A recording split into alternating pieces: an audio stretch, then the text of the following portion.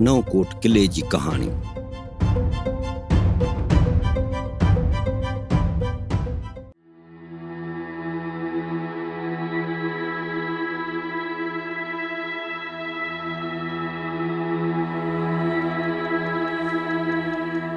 सिंध जी बेतरतीब तारीख़ जूं कड़ियूं जॾहिं ॻंढण जी कोशिश कजे थी त हिन धरतीअ जा कई अनोखा राज़ निर्वार थी साम्हूं अचनि था। सिंध जा कोट, किला, दड़ा, भिड़ा ऐं माग मकान जॾहिं ॾिसजनि था तॾहिं हिन धरतीअ जी न रुॻी अज़ीम तहज़ीब जा शानदार उहिञाण मिलनि था, पर हिन मासूम धरतीअ मथां काहुन ऐं आहुन जा पड़ाॾा बि कने पवनि था। हिन धरतीअ जो ॾोह संदसि उहा महबूबियत आहे जंहिं वसीले हिन धरती दुनिया खे अमन, तरक़ीअ ऐं मोहबत जा दर्स पे ॾिना आहिनि।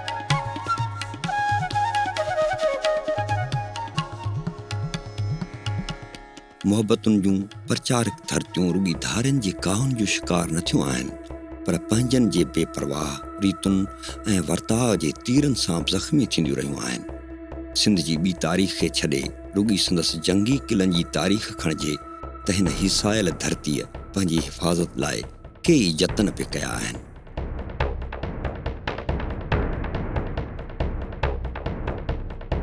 सिंध जे सीने ते ॿिनि बेशुमार कोटनि ऐं क़िलनि समेत हिकु ही क़िलो बि आहे जंहिंखे तारीख़ जा किताब नओं कोट सॾनि था।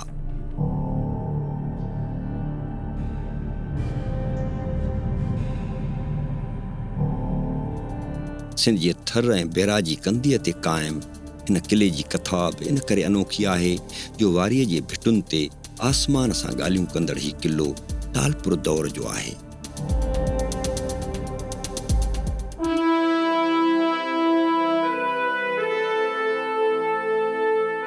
अंग्रेज़नि हूअं त 17 फरवरी 1843 ईस्वीअ में मियाणी जे मैदान ते सिंध ते तवील कब्ज़ो ॼमायो, पर मीर शेर मोहम्मद टालपुर ॾिघो अरसो अंग्रेज़नि लाइ हिकु वॾो मसइलो रहियो। जॾहिं घणा सरदार अंग्रेज़नि जा ताबेदार बणिजी चुका हुआ तॾहिं मीर शेर मोहम्मद टालपुर वाह मींहुं थींदो सिंध जे मुख़्तलिफ़ इलाइक़नि में घुमंदो पियो रहियो ऐं संदसि अक्सर पनाह गाह थर जा किला हुआ। हू उतां निकिरी कारवायूं करण बैदि वरी अची उते मोर्चा बंदि थींदो हुयो। थर जे कोटनि ते कब्ज़ो करणु अंग्रेज़नि लाइ सवलो कमु न हुयो, तंहिं करे हू थर जे कोटनि खे किराइण लाइ रिथाबंदी करणु लॻा। लैम्सडन 2 मई 1843 ईस्वीअ ते ब्रिटिश सरकार खे ख़त लिखियो त मां नथो सम्झां त मुल्क जे हिन ख़िते में का बि चौकी एसिताईं सलामती सां क़ाइमु रही सघंदी जेसिताईं मज़बूत मर्कज़ यानी कोट वालारिया या वरी नास न कया वञनि। ईअं अंग्रेज़नि थर जे कोटनि ते कब्ज़े जी रिथाबंदी कई। उन दौरान मीर शेर मोहम्मद माण्हू मेड़े अंग्रेज़नि खां सिंध धरती छॾाइण लाइ जतन करे रहियो हुयो त उन दौरान कोहीरे जी जंग बि थी चुकी हुई। तंहिं हूंदे बि मीर शेर मोहम्मद आण न मञी।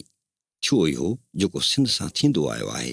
ख़ैरपुर जे मीर अली मुराद गद्दारनि में गोए खणण लाइ मीर शेर मोहम्मद जी फ़ौज में ॾफेड़ विझण लाइ केतिरा ई सरदार पाण सां मिलाए अंग्रेज़नि जी झोलीअ में वञी पियो। मीर शेर मोहम्मद मजबूर थी कंधार मदद लाइ वियो, जिथां मायूस थी लाहौर में अंग्रेज़ सरकार अॻियां हाज़िर थियो। अहिड़ी तरह मीर शेर मोहम्मद जे पेश पवण खां पोइ समूरो थर अंग्रेज़नि जे तसल्लुत हेठि अची वियो ऐं थर जा कोट हाणे फिरंगियुनि जे तहफ़ुज़ जा कोट बणिजी विया, जिन कोटनि मां ही नओं कोट बि अंग्रेज़नि हवाले थी वियो।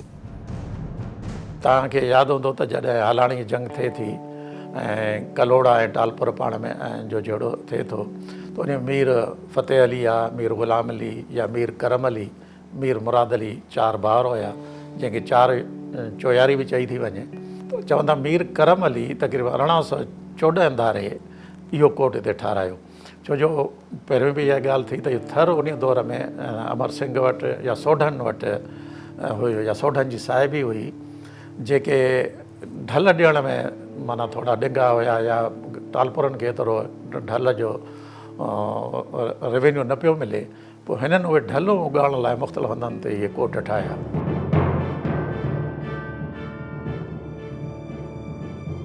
अंग्रेज़नि जे कब्ज़े हेठि आयल ही नओं कोट किलो 240 दर्जा उत्तर डिघाई फाक ऐं 69 ॾहाई 9 दर्जा ओभर वेकराई फाक मीरपुर ख़ास खां 63 किलोमीटर ऐं नए कोट शहर खां 3 किलोमीटर जे मुफ़ासिले ते वारीअ जी भिटुनि ते पंहिंजे अज़ीम माज़ी जा किसा बयानु करे रहियो आहे।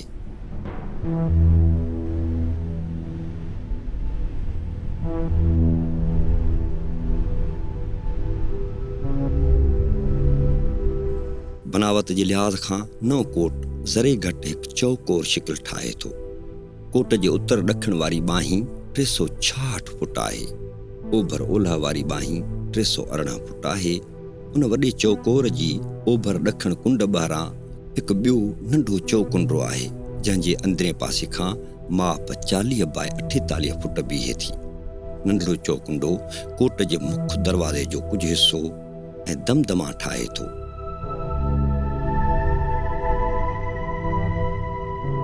नए कोट में 2 क़िस्मनि जे सिरुनि जी उसारी थियल आहे। हिकु सिर 9.9 बाय 6.6 बाय 1 इंच आहे। ॿी सिर ड्रेग में कुझु नंढी 8.6 बाय 6.6 बाय 1 इंच आहे।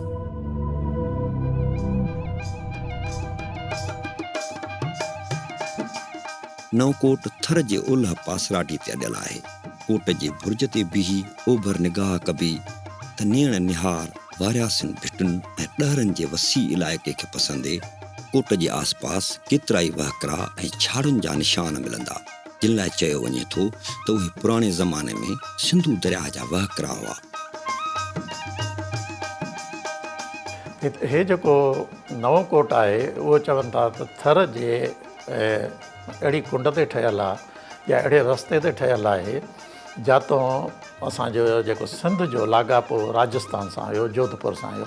हितां काफ़िला ईंदा हुया ऐं शाहरा हुई पूरी हिते इहो गुज़रगाह हुई। या तव्हां हाणे बि नए कोट जे भरिसां वेंदो त हाकड़ो बि इन जो हितां गुज़रगाह हुई। अञा ताईं याने ढोरनि जी शिकिल में हाकड़े जा निशान असांखे किले जे भरिसां मिलनि था। या हिते इहो बि चयो था नारो ढोरो जेको हुयो उहो बि भरिसां वहंदो हुयो।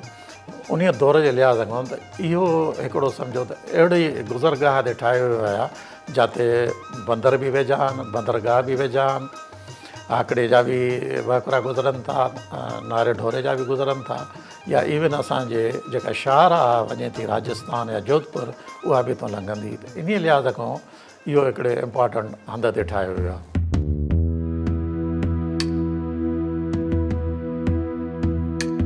नए कोट जे शाही दरवाज़े जी हिफ़ाज़त लाइ 2 वॾा बुर्ज ठहियल आहिनि।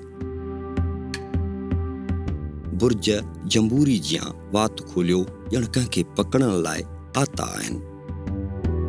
ही बुर्ज सिर्फ़ 11.10 फुट वकड़दार रस्तो दर ताईं ॾियनि था।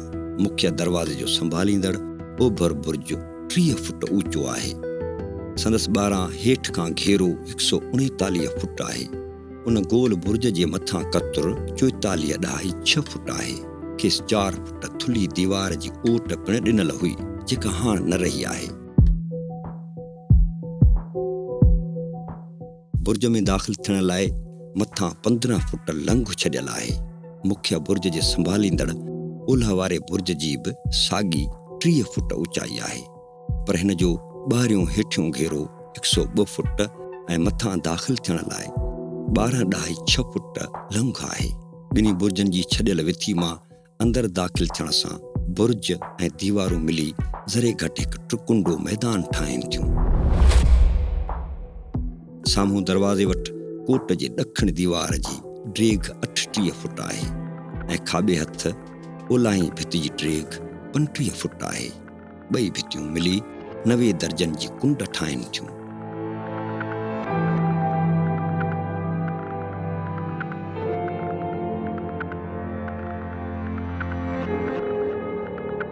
मुख्य दरवाज़ो कोट जे ॾखण पासे वारे दीवार में आहे, जंहिंजो मुंहुं बि ॾखण तरफ़ खुले थो। दरवाज़ो 22 फुट ऊचो ऐं 12 फुट वेकिरो आहे। पहिरियां दरवाज़े खे मज़बूत काठ वारो दर हुयो, जेको ख़तमु थियण खां पोइ हाणे नओं दर लॻायो वियो आहे।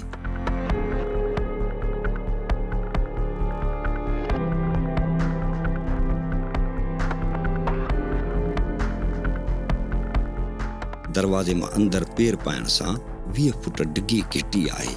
घिटी जे ॿिन्ही पासनि खां पहरेदार जे वेहण जूं 9 फुट वेकिरियूं ऐं 6 फुट डिघियूं जायूं आहिनि।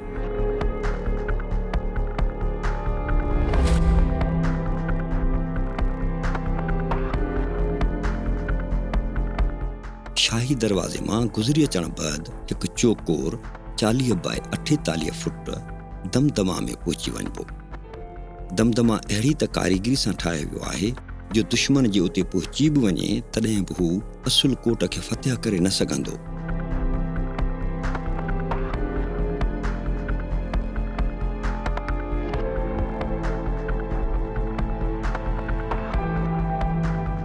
नए कोट जो ही हिस्सो ॼण अलॻि थलॻि किलो आहे जंहिंखे हथु करणु बाक़ी कोट खां बि मुश्किल आहे। इन नंढड़े चौकोर टुकड़े जी हिफ़ाज़त लाइ चौफेर 20 फुट खनि थुल्ही दीवार आहे जंहिं ते पहरेदारनि जी मौजूदगी दमदमा में मौजूदु हमले आवरनि जे तइदाद खां बि वधीक थी सघे थी। छो जो हिकिड़ा कोट हूंदा आहिनि रहाइश जे ख़्याल खां, हिकिड़ा हूंदा आहिनि डिफेंस पॉइंट ऑफ व्यू खां। त हे जेको कोट आहे उहो डिफेंस ऑफ पॉइंट व्यू खां बि सही आहे ऐं रहाइश जे ख़्याल खां बि सही आहे। छो जो रहाइश बि उते असांखे उन में काफ़ी अहिड़ा हवेलियूं या बंगला मिलनि था, या इवन तव्हां दीवार जे चौधारी फेरंदव त नंढा नंढा जंहिंमें घरड़नि जा निशान आहिनि, जंहिंमें लॻे थो त चौधारी इन जे घर हुया जे कोट में माना जे अंदरि ई बंदि थियल हुया, सो हवेलियूं हुयूं। त इन लिहाज़ खां इहे डिफेंस ऑफ पॉइंट व्यू खां बि सुठो लोकेशन ते हुयो ऐं रहाइश बि हुई। ख़ासि तौर ते हिन जी जेका भित आहे त हिन वक़्तु बि ज़मीन जे लेवल खां तक़रीबन 30 फुट मथे आहे, जो जंहिं ते आम तरह चढ़णु बि ॾाढो ॾुखियो आहे। ऐं ॿियो वरी हिन जी जेका दमदमो आहे या जेका बारबीकन चइजे, तव्हां त ॾिसंदव त हिन जो जेको कोट आहे यानी अंदरि घिरण लाइ जेको उतर पासे खां आहे त वॾा बुर्ज अथसि। ॿई बुर्ज एॾा वॾा आहिनि जो मां सम्झां थो त असांखे रनीकोट में अहिड़ा बुर्ज वॾा मिलनि था जेका हुनजी डाया आहे हेठां ज़मीन खां वठी वेंदे मथे उनजो जेको हेठि सरकमफ्रेंस चइजेसि या मथे जेका हुनजी डाया आहे उहा एॾी आहे जो असांखे सिंध में एॾी वॾी डाया जा कोट सिर्फ़ु रनीकोट में ई असांखे मिलनि था। उहे एॾा शाहोड़ जेके बुर्ज आहिनि ऐं उहे बि अहिड़े अंदाज़ सां ईअं ॼण जीअं हिकिड़ी पकड़ हूंदी आहे इन अंदाज़ सां ठहिया विया आहिनि, या वरी उन जो जेको मेन दरवाज़ो बि अहिड़े अंदाज़ सां ठहियो वियो आहे त को बि हमले आवर उन ते हमिलो नथो करे सघे। छो जो या वरी उन में जेको दरवाज़े में तव्हां ॾिसंदो वॾा किल लॻल आहिनि। किल इहा आहे त जेकॾहिं सुभाणे इन ते को हाथी या को ॿियो बि हमिलो थिए त हाथी खे ज़ख़्मी करे सघे, हाथी इन खे पंहिंजो टकर हणी नथो सघे। या अॻे बैटरंग रेम्स वॾा 6 तीर या बुंड खणी 10 माण्हू डुकी डुकी अचे हुनखे दरवाज़े खे धकु हणंदा हुआ, त उहे जेके किल आहिनि न, किल उन खे यानी ईअं सम्झो त रोकींदा बि आहे या उन खे नुक़सानु पहुचाईंदा उन्हनि खे जेके 6 तीर हुया या बुंड हुया। त इन करे उनजो फोर्स जेको डिवाइड थी वेंदो, इन करे उनखे धकु न लॻी सघंदो।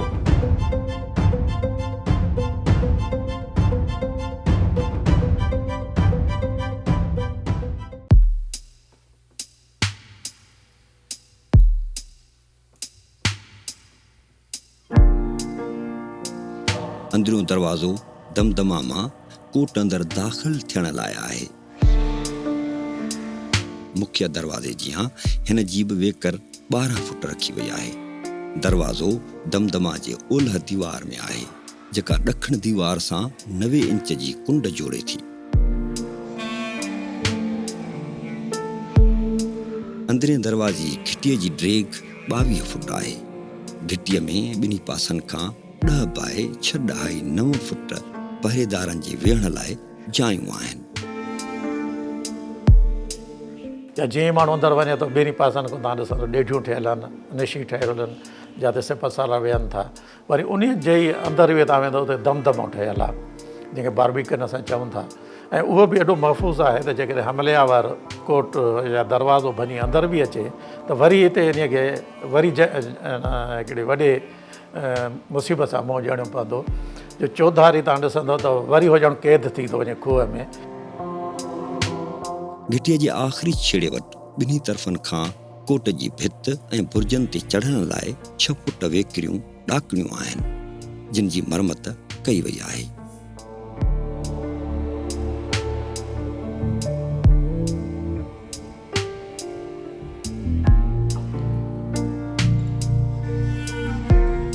कोट अंदरि दमदमा में भित हेठां कुझु कोठड़ियूं आहिनि।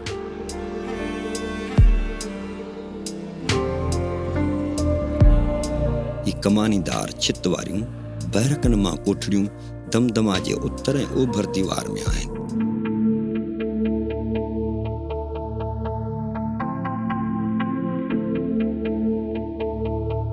बैरकूं एतिरियूं त ऊंदाहियूं आहिनि जो उन्हनि में ॾींहं जे वक़्त में बि हथरादू रोशनी खां सवाइ ॾिसी न सघिबो।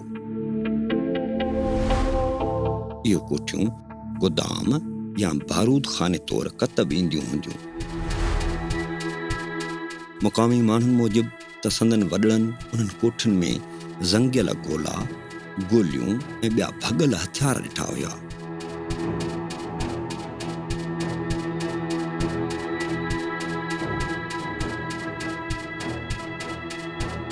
अॻु बैरक जी छित में लोहा कुंडा बि लॻल हुआ, जंहिं लाइ ख़्यालु कयो पियो वियो त उन्हनि बैरकुनि खे ख़तरनाक कैदियुनि या फांसी घाट तौरु इस्तेमालु कयो वियो हूंदो। बैरक अंदरि दाख़िल थियण लाइ दमदमा जी ओभर तोड़े उत्तर वारी भित में 6.6 फुट ऊचा ऐं 3.6 फुट वेकिरा दरवाज़ा आहिनि। दरवाज़नि जी बनावट महराबदार आहे।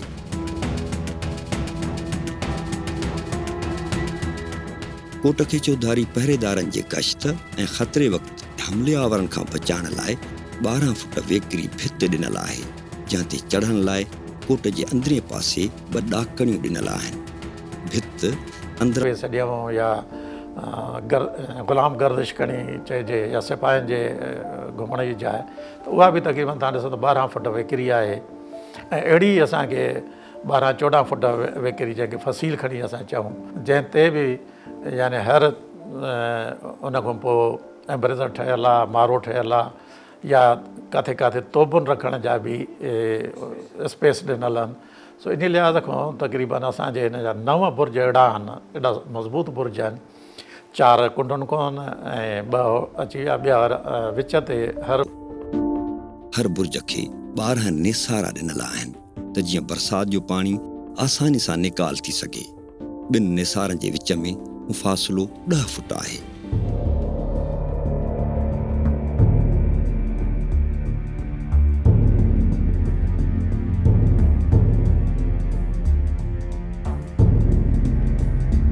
कोट अंदरि सिरुनि सां ॾखण ऐं ओभर तरफ़ 2 जायूं ठहियल आहिनि। हिकु कोठी ॾखण ओभर खां थोरो मुफ़ासिले ते 18 फुटनि जी आहे ऐं संदसि भितियुनि जी ऊचाई 6.7 फुट आहे।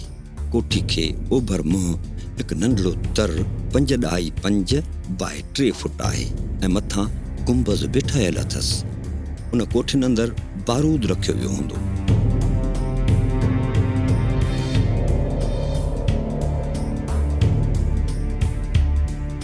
उन बारूद खाने जे अञा बि ॾखण तरफ़ किले जे ॿाहिरें दीवार सां लॻ साॻिए क़िस्म जी हिकु ॿी इमारत बि नज़र अचे थी। उन में न का दरी आहे न ई रोशनदान।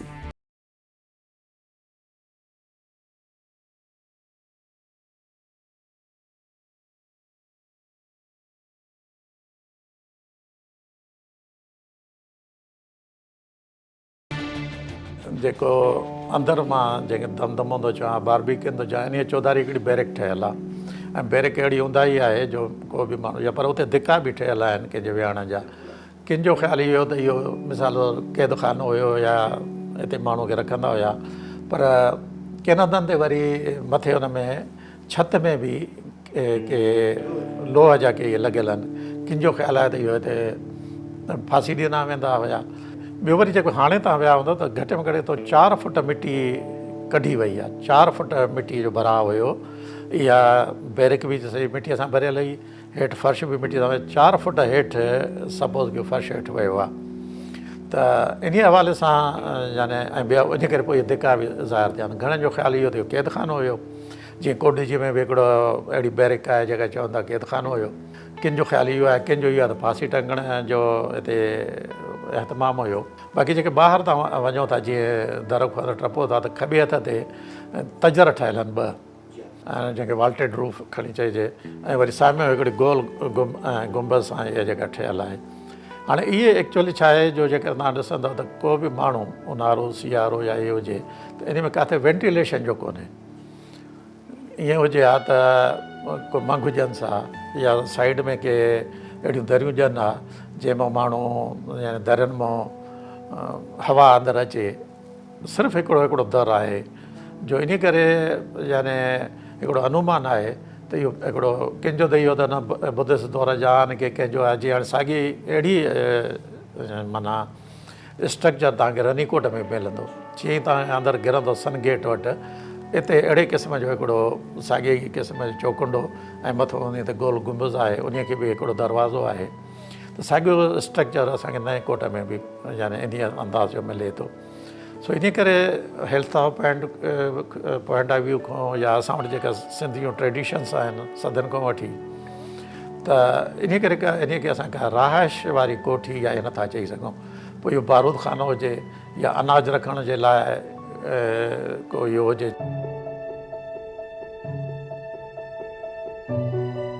कोट जी उतरी भित सां हिकु रहाइशी इमारत हुई जेका भुरी वई, पर हाणे उते हिकु नई इमारत साॻिए ई तिर्ज़ ते जोड़ी वई आहे जेका टालपुरनि जी रहाइश लाइ इस्तेमालु थी हूंदी। साॻी तिर्ज़ ते नई ठाहियल इमारत निहायत ख़ूबसूरत लॻे थी। मालूम थिए थो त मीर जॾहिं रेगिस्तान जे दौरे ते ईंदा हुआ त पंहिंजनि जोड़ायल कोटनि अंदरि रहंदा हुआ। सिंध में असांखे हिन वक़्तु बि घणे में घणा टालपुर दौर जा असांखे कोट मिलनि था। पोइ भली इहो काफ़ी कोट त असां वटि ख़तमु थी विया आहिनि, जीअं मिठी जो ख़तमु थी वियो आहे, इस्लाम कोट जो ख़तमु थी वियो आहे, चनड़ो कोट ख़तमु थी वियो आहे, जुबो कोट ख़तमु थी वियो आहे, बहादुर जो कोट आहे छड़े थर में उहो ख़तमु थी वियो आहे, इमामगढ़ ख़तमु थी वियो आहे। छो जो मां तक़रीबन सिंध जे 50 खनि कोटनि ते कमु कयो आहे, त उन में ईअं लॻे थो त असांखे टालपुर दौर जा वधि में वधि कोट असांखे मिलनि था, छो जो लेटेस्ट पीरियड हुयो ऐं इन करे अञा उहे एॾी ज़बून हालतुनि जी न थी आहे जो उहे मिटिजी वञनि। बाक़ी पुराणा असांजा ॾींहों ॾींहुं वञनि था मिटो।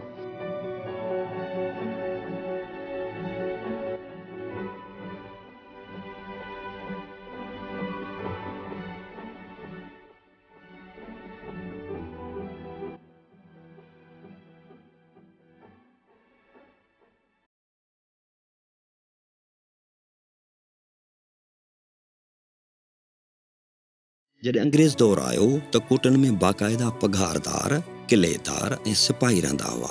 कैप्टन रैक्स लिखे थो त सिंध फ़तह करण खां हिकदमि पोइ मिठी जे 2 सोढनि खे 15 रुपया महीने जे पघार सां मिठी ऐं नए कोट किले ते मुक़ररु कयो वियो।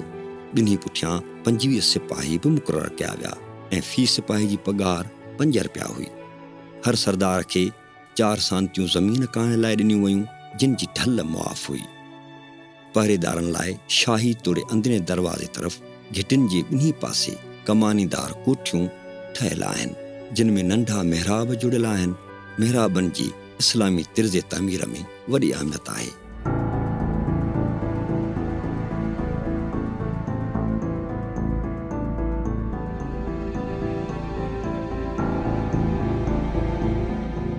आम टूरिस्ट खे ख़ुशि करण लाइ तव्हां ॾिसंदो उन दौर जूं तोपूं ठाहे रखियूं वयूं आहिनि। हालांकि हिकु तोप उन दौर जी डिज़ाइन कई वई आहे, उहा ॿाहिरि दर खे बि पियूं आहिनि, अंदरि बि तव्हां ॾिसंदव त ओड़ियूं इहो कयूं। या उते अहिड़े अंदाज़ सां कयो सुभाणे को बि टूरिस्ट अचे जे सॼो ॾींहुं उते गुज़ारणु चाहे त उन खे सॼो ॾींहुं उते गुज़ारे सघे थो। इन अंदाज़ सां बि इहा कोशिशि कई वई आहे त हिकिड़ो टूरिस्ट पॉइंट बि हुजे। मूंखे यादि आहे त कंहिं ज़माने मां इंग्लैंड वियो वार कैसल ते, उते जेके म्यूज़ियम वारा हुया त उन दौर जूं ड्रेसियूं पायूं बीठा हुआ। यानी अंदाज़ो कयो त 200 साल पुराणी ड्रेस जेकॾहिं असां टालपुर दौर जो उते ड्रेस पाराए पंहिंजा गार्ड बीहारे छॾियऊं, टालपुर दौर जे हिते असां म्यूज़ियम खोलियऊं, टालपुर दौर जूं असां हिते ड्रेसिस ॾियूं, त इन लिहाज़ खां जेकॾहिं नए कोट खे हिकिड़ो टूरिस्ट अट्रैक्शन पॉइंट बि कजे त मुंहिंजे ख़्याल में सुठो ई हिकिड़ी कोशिशि आहे।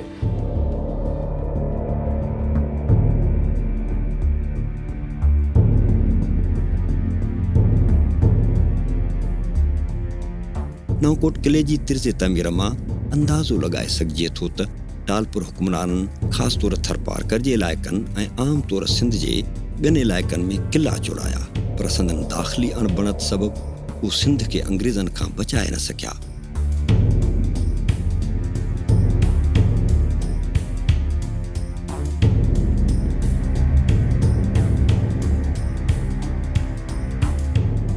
ही शाही नवकोट किलो त घणी हद ताईं सलामत आहे ऐं उन ते कमु बि करायो पियो वञे, पर सिंध जा केतिरा ई कोट ऐं किला हमेशह लाइ ख़तमु थी विया आहिनि। तंहिं हूंदे बि उन्हनि कोटनि ऐं किलनि जा बची वियल कुझु निशान अञा ताईं मौजूदु आहिनि, जिन मां अक्सर किलनि जी निशानदेही नामियारो मुहक़िक़ इश्तियाक अंसारी करे चुको आहे। तंहिं करे पंहिंजे अज़ीम तारीख़ खे वरी ॼाणण लाइ इहो निहायत ज़रूरी आहे त मेसारजी वियल कोट ऐं किला साॻे तिर्ज़ ते वरी ठहिराइण घुरिजनि त जीअं सिंध जी तारीख़ जे तहनि ताईं पहुची सघिजे।